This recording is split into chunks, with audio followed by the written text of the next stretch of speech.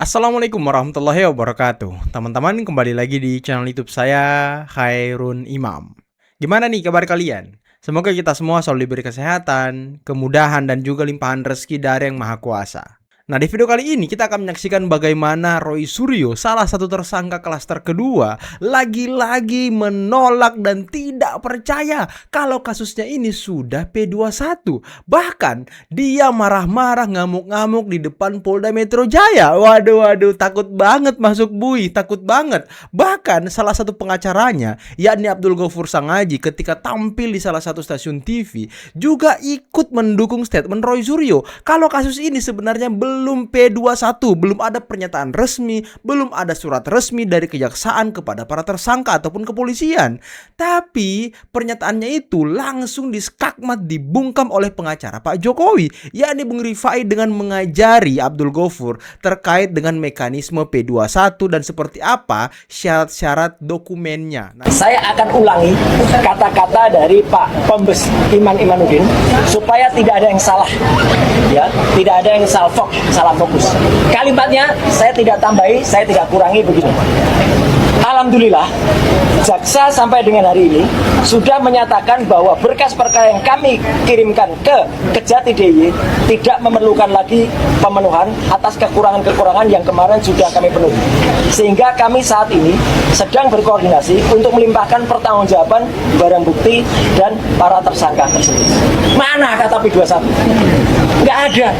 Kata lengkap pun tidak ada di situ. Ya.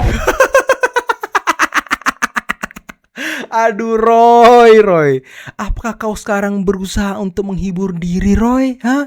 Apakah sekarang kau berusaha untuk menguatkan diri dengan marah-marah, ngamuk-ngamuk di Polda Metro Jaya?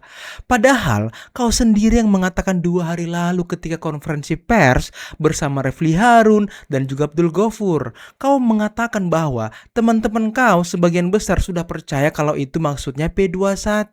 Tapi kau sendiri yang denial, Roy. Kau sendiri yang denial. Dan saya curiga nih ya, ini masukan dari Refli Harun, Abdul Ghafur, dan juga Kosinudin. Diduga pengacara-pengacara kau ini hanya ingin memanfaatkan kasus ini, utamanya kau, Roy, untuk meraup uang sebanyak-banyaknya di YouTube. Karena kalau kau perhatikan, Abdul Ghafur itu sudah main YouTube, Kosinudin juga sudah rajin bikin video YouTube, apalagi Refli Harun. Pengacara-pengacara kau ini semuanya raja konten. Mungkin saja, lagi-lagi saya menduga, kau hanya dimanfaatkan untuk mencari uang, mencari keuntungan oleh pengacara-pengacara kau. Makanya kau diberikan masukan-masukan yang tidak berdasar, yang tidak pada substansinya. Gitu, Roy. Nah, sekarang coba kita lihat bagaimana debat panas antara Bung Rifai melawan Abdul Ghafur mengenai isu P21 dari Polda Metro Jaya. Oke, pertama kan kita saksikan bersama lah apa yang disampaikan oleh Pak Direskrimum ya, diikuti oleh teman-teman media juga termasuk masyarakat, yang pada intinya adalah sudah dinyatakan tidak perlu lagi ada pemenuhan petunjuk dan berkoordinasi untuk melimpahkan. Nah, sebenarnya kan ini yang dimaksud adalah yaitu P21 itu. Nah, pertanyaan adalah apakah di dalam KUHP dikenal diksi P21? Itu bicara undang-undang, KUHP nggak pernah dikenal P21. Cukup dinyatakan bahwa berkas sudah lengkap dan dilimpahkan, jaksa siap menerima. Itu poinnya. P21 ini saya coba kembalikan lagi ya. Ini tuh hanya sebuah pengkodean form dalam persuratan kejaksaan. Yang akhirnya pengkodean ini menjadi bahasa sehari-hari. Padahal tidak pernah dikenal dalam KUHP itu bahwa harus ada P21 baru bisa disidangkan. Jadi kembali lagi, apa yang disampaikan di Reskrimum menurut saya sesuai dengan maksud undang-undang apa yang diatur di dalam KUHP. Artinya berkasnya sudah lengkap? Ya, dan dia sudah siap untuk menyerahkan. Kedua juga tidak ada kewajiban baik penyidik maupun jaksa menyerahkan surat itu kepada tersangka. Ya, kita juga selama ini dalam praktek kan nggak ada surat itu kan surat internal. Maunya dibacain katanya Bang tadi. Nggak pernah ada, nggak ada amanah itu dalam hukum acara kan nggak ada ya. Saya juga sering mendampingi tersangka dalam konteks P21 dan bersidang gitu ya. Yang ada justru nanti yang perlu dilihat adalah ada panggilan untuk melaksanakan tahap 2. Dan nanti kuncinya apa? Jaksa akan menerima atau tidak penyerahan tersangka dan barang bukti. Pada saat diterima ya sudah pasti ini merupakan konsekuensi dari konteks P21 yang dibahasakan selama ini. Jadi buat saya ini hanya memainkan diksi-diksi yang menurut saya tidak substansial ya. Kenyataannya tinggal lihat saja nanti dalam waktu dekat apakah ada panggilan untuk penyerahan tahap 2. Jangan juga lah, ini tahap 2 juga bahasa form sebenarnya ya. Hanya penyerahan tersangka dan barang bukti yang memang diamanahkan untuk kemudian ini dalam rangka persiapan persidangan. Jadi menurut saya ini nggak ada persoalan substansial ya, bahwa teman-teman ingin mengkritisi ya monggo-monggo saja ya, tapi menurut saya intinya nggak ada soal ya Bang ini ya? ada satu progres yang cukup baik ya. Progres yang paling cukup tidak persoalan ini dibawa ke persidangan, nanti masyarakat bisa mengikuti secara terbuka ya. Pembuktian apa sih yang bisa menyatakan ijazah ini asli. Betul banget, betul banget. Masyarakat Indonesia menunggu momen itu tiba. Diungkap bahwa ijazah itu asli atau palsu dengan bukti-bukti yang akan dihadirkan oleh jaksa, dengan saksi-saksi, ahli, dan lain sebagainya. Dan kita juga mau menguji bagaimana penelitian abal-abal dari Roy Suryo. Benarkah penelitiannya itu valid ataukah tidak valid? Karena kalau kalian perhatikan selama ini Roy Suryo hanya menenteng hasil ijazah yang diupload dari Dian Sandi. Dan dia mengatakan itu palsu. Ya gimana nggak palsu?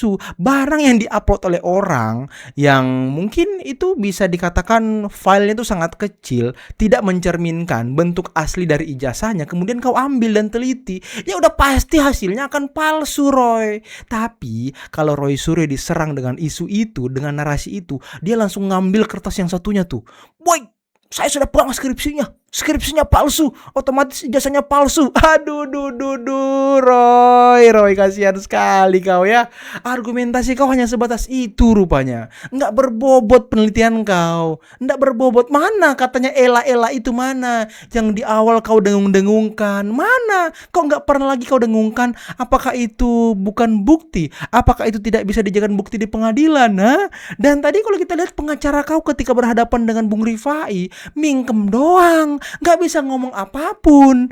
Aduh, saya jadi makin curiga dan makin makin menduga kalau kau sekarang memang hanya dimanfaatkan untuk cari cuan di YouTube oleh gerombolan-gerombolan yang selama ini ikut sama kau, karena engagementnya lumayan kan, lumayan Roy. Aduh kasihan. Masyarakat Indonesia hari ini kita memberikan desakan ya, ajakan seruan tahan dan tangkap Roy Suryo dan Dr. Tifa serta tersangka lainnya yang memang hari demi hari mengulang tindak pidananya dengan sengaja dan secara menggunakan teman-teman media sosial maupun media mainstream dalam rangka pembelaan, tapi bukan di ranah yang sebenarnya, yaitu peradilan atau pengadilan, dan berusaha untuk mengamputasi hukum dengan cara-cara yang luar biasa, yang sangat-sangat kami sayangkan, dikarenakan ada yang mau mendengarkan. Ya, sekali lagi saya sampaikan bahwa ada yang mau mendengarkan keluh kesah serta ya storyteller yang disampaikan kepada teman-teman yang mungkin berada di atas dan pemangku kebijakan, sehingga mau mendengarkan. Inilah yang melukai masyarakat Indonesia. Dan saya perlu ingatkan, rakyat Indonesia ya tidak bisa diamputasi terkait itu. Walaupun Bapak Insinyur Joko Widodo sudah tidak menjabat lagi, tetapi kecintaan dari rakyat Indonesia dan pendukung Bapak Insinyur Joko Widodo hari demi hari bukan berkurang, tetapi bertambah. Makin dan kami hadir di sini karena desakan-desakan dari masyarakat itu sendiri. Betul. Kami semua mau melihat manusia ini masuk bui, diborgol ya kan. Itu pemandangan yang mau kita lihat. Biar apa? Biar kasus ini cepat selesai, biar clear. Karena masyarakat ini sudah jenuh, sudah bosan, sudah muak melihat congornya orang ini setiap hari di televisi, di podcast, di YouTube, melakukan konferensi pers yang isinya sama-sama aja. Apa yang dia omongkan setiap hari itu aja yang terus didaur ulang. Tidak ada hal baru. Karena memang mereka ini tidak punya bukti. Tidak punya bukti apapun untuk mengatakan ijazah Pak Jokowi itu palsu. Dan masyarakat di kolom komentar saya aja ya, semuanya itu mungkin kalau kita persentasekan 70% ingin agar manusia ini masuk bui, segera ditahan karena bikin chaos, bikin kacau, bikin geger, bikin berisik ruang-ruang publik. Ya nggak sih? Coba kalian komen di bawah. Kalian sepakat nggak kalau manusia ini segera dipenjara? Iya nggak? Kalau saya sih ya sangat sepakat gitu ya kan? Belum tentu yang sebenarnya. Saya mencari situ ya. Jadi saya sih tidak akan terjebak dengan isu-isu yang dilempar. Terakhir saya mau sampaikan, saya ingin mengomentari apa yang disampaikan Pak Ugro dengan tetap saya menghormati beliau sebagai senior saya. Beliau menyatakan bahwa dalam sebuah perkara pidana jika tersangkanya banyak, bila mana beberapa di antara di RJ maka ini harus di drop semua. Saya berbeda pandangan. Mohon maaf kenapa? Seperti kita ketahui bersama, pertanggungjawaban pidana itu kepada perbuatan pribadi-pribadi. Pidana tidak pernah mengenal pertanggungjawaban kolektif kolegial. Jadi tidak benar bahwa kalau ada beberapa terdakwa meskipun RJ, dalam kasus yang sama. betul, ini gampang aja Mas. Saya kasih ilustrasi yang gampang. Ada sebuah perkara tersangkanya banyak, ya. Sebagiannya melarikan diri, DPO. Oke. Apakah tidak menyebabkan yang lain tetap bisa lanjut ke sidang? Tetap lanjut, Pak. Kenapa? Karena pertanggungjawabannya pribadi-pribadi. Kedua, misalnya ada sebuah perkara tersangkanya banyak, beberapa meninggal, Gini, ya. apa yang Terus Abang satu- sampaikan itu artinya- menggunakan persepsi artinya- KUHP yang lama, bukan. menggunakan persepsi Bang, hukum acara lama. ini hukum pidana Ini material, Bang. bukan. Pertanyaan pidana hukum material, bukan Beda. KUHP. Yang disebut Hukum Pak acara. Ugro itu adalah Jadi kembali lagi, ketika saya orang tidak mengajukan sependapat dengan restoratif itu, ya. justice, Dan yang terpenting, maka orang yang saya punya memberikan presiden, restoratif justice ya. itu LP-nya Presiden harus kasus. Jadi dicabut. nggak usah berdebat, ini ada presiden kasus ya. Satu di kasus Rempang.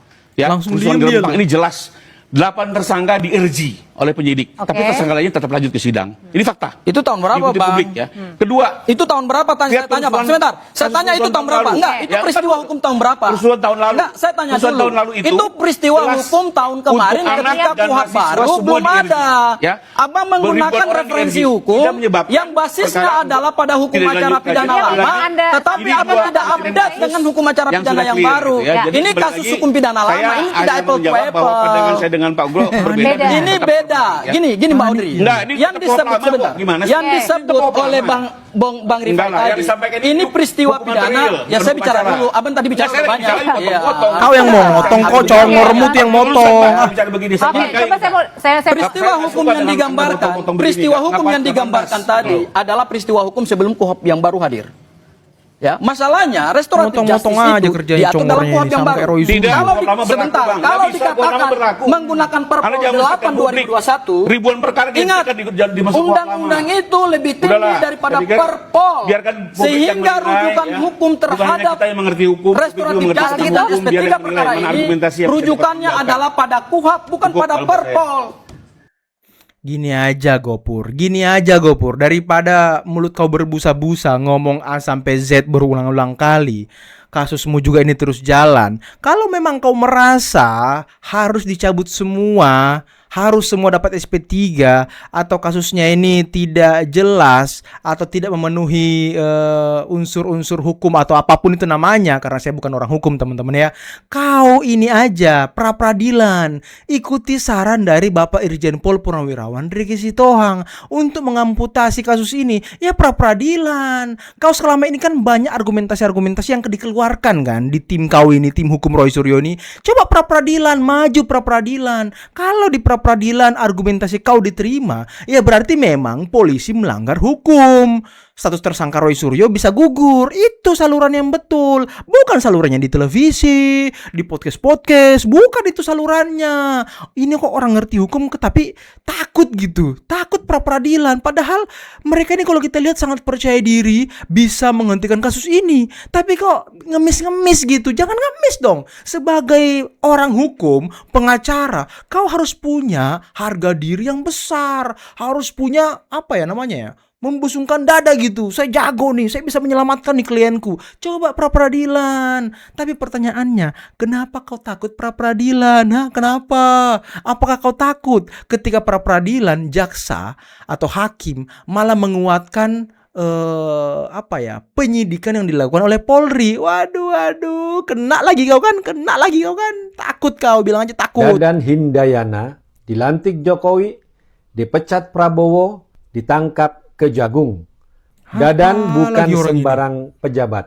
Ia dosen IPB, ahli serangga lulusan universitas di luar negeri. Tidak punya keahlian gizi dan pengelolaan pangan.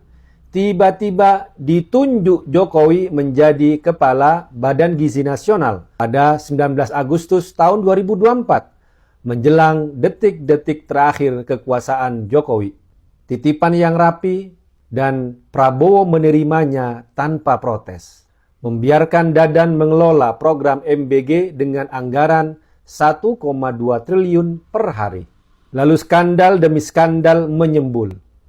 Triliunan duit buat puluhan ribu pengadaan motor trail listrik. Triliunan duit buat IT. Miliaran buat kaos kaki, seragam, semir, tablet, pengadaan sertifikasi halal, dan lain-lain sebagainya yang tak ada hubungannya dengan gizi. Jual beli titik dapur MBG dan puluhan ribu siswa keracunan. Rakyat murka, tapi Presiden Prabowo seperti diam. Bahkan Dadan sudah berani terang-terangan membohongi Presiden Prabowo. Ada 19.000 ekor sapi dipotong setiap hari. 1 ekor lele tiap anak. Videonya itu viral dan menjadi bahan ejekan netizen. MBG sampai diplesetkan oleh Tio Ardianto, Ketua BEM UGM saat itu, sebagai maling berkedok gizi. Selama hampir 2 tahun, Dadan tak tersentuh. Karena menyentuh Dadan seperti menyentuh Jokowi. Sampai situasi berubah. Jokowi katanya mau mulai keliling daerah.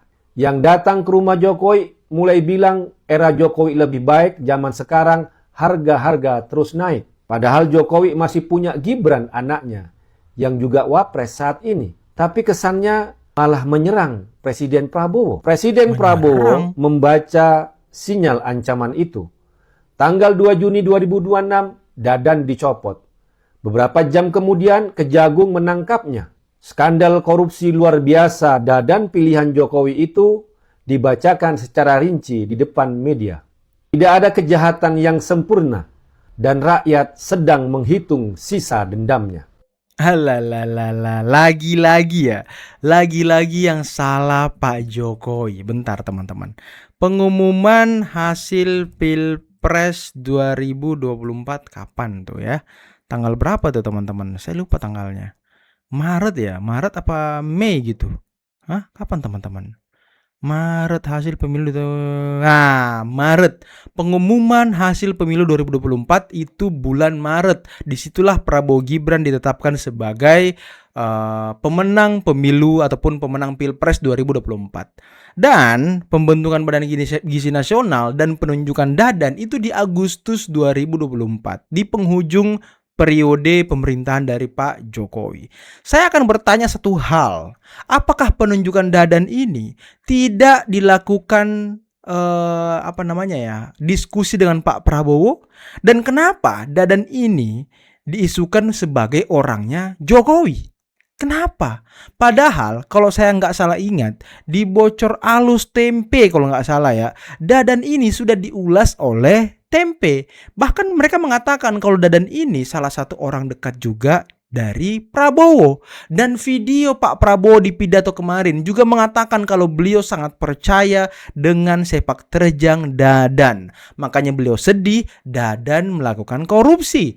Dan ya Pak Prabowo seperti dihianati. Dan kenapa semuanya dilempar kepada Pak Jokowi? Ini kan aneh dan konyol. Kenapa orang-orang ini tidak bisa mikir kalau pembentukan BGN, penunjukan Dadan, hasil diskusi dari Jokowi dan juga Prabowo. Itu yang saya yakini. Jadi bukan semata-mata Pak Jokowi yang menunjuk Dadan. Karena Badan Gizi ini diperuntukkan untuk pemerintahan Prabowo, bukan untuk Pak Jokowi. Jadi aneh kalau Pak Jokowi menunjuk orangnya sebagai kepala Badan Gizi. Aneh banget teman-teman. Nggak masuk akal gitu. Aduh, tapi ya namanya pembenci ya kan, namanya banteng tetap aja. Aspidumnya copot. Copot aspidumnya itu. Apa-apaan ini? Dan hari ini saya sudah ngajukan surat kepada Pak Kapolda. Saya juga sudah ngajukan surat kepada Pak Dirkrimum untuk dilakukan penahanan terhadap Roy Suryo CS. Ini surat saya ya. Surat saya sudah menyurat ini ya. Jadi saya minta untuk segera dilakukan penahanan. Jangan bermain-main. Ini Presiden ke-7 cari keadilan yang susah setengah mati di Republik ini. Apalagi masyarakat kecil. Ya kan? Ya, Pak Kapolri, saya minta Pak Kapolri turun tangan. Ya, jangan di atas saja Pak Kapolri. Ya, tidak pernah di bawah. Lihatlah pejabatmu ini apa yang dikerjakan. Ya, itu yang pertama. Yang kedua, ini juga ada permainan pasti dari oknum di Kejati DKI. Kenapa? Ini berkas sampai begitu lama baru dinyatakan P21. Ini kan sudah artinya apa? Ada permainan. Ya, masa terlapor tersangka diberikan waktu untuk menghadap tanggal 21 April loh. Ya, itu semua ada RCTI, ada beberapa stasiun TV itu memberikan informasi bahwa mereka pergi ke sana gitu loh. Bertemu dengan jaksa peneliti. Ini apa-apaan ini? Ya, padahal belum ada pernyataan P21. Sudah mereka sowan ke sana gitu loh. Bahasa kerennya sowan lah ke sana. Kami pelapor saja mau ke sana ditolak kok. Ini terlapor tersangka dibolehkan gitu loh. Saya minta Pak Jaksa Agung nih ya, sekali lagi nih saya minta nih. Ini Kejati DKI copot. Ya, aspidumnya copot. Copot aspidumnya itu. Apa-apaan ini? Mainnya semua seenaknya aja. Ya, ini yang lapor salah satunya korban yang jelas itu Presiden ke-7 loh. Udah jelas UGM bilang produk mereka. Ya. Betul. Apalagi pernah kuliah di situ. Ini pembuktiannya sangat sederhana. Jadi nggak perlu digoreng ke kanan ke kiri, ya. Tapi yang jelas saya mau sampaikan ini tidak perlu lagi ada perdebatan terkait materi. Karena kenapa? Jaksa sudah nyatakan P21. Ya, sudah lengkap berkasnya.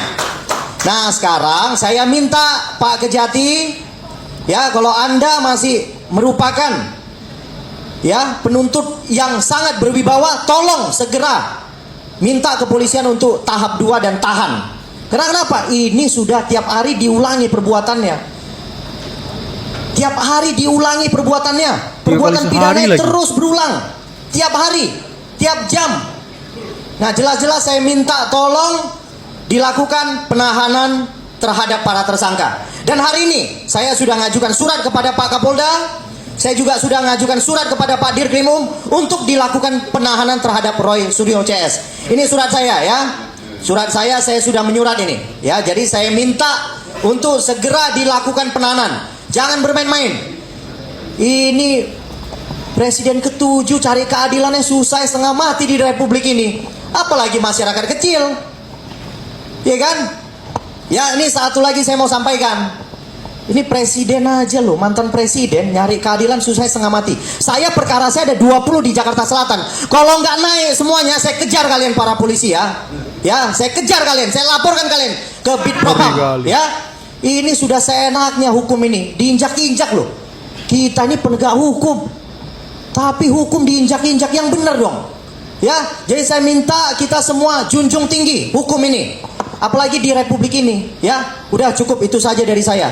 Nah teman-teman, itulah tadi beberapa video yang bisa kita simak, yang bisa kita saksikan pada kesempatan kali ini. Dan gimana menurut kalian mengenai desakan dari Pradi Bersatu, dari Bang Lecumanan, dari Bang Ade Darmawan, agar penyidik Polda Metro ataupun Dirkrimum ataupun siapapun itu segera tangkap dan tahan Roy Suryo dan serahkan ke kejaksaan agar kasus ini segera masuk persidangan. Karena ada beberapa analisis bahwa ada orang-orang besar atau tangan-tangan jahat di balik Roy Suryo ataupun di balik bayang-bayang yang berusaha agar kasus ini tidak sampai di pengadilan, agar Pak Jokowi bisa terus dikoyo-koyo, agar Pak Jokowi bisa terus diserang, dan akhirnya elektabilitas beliau jadi turun. Itu mungkin target mereka, teman-teman.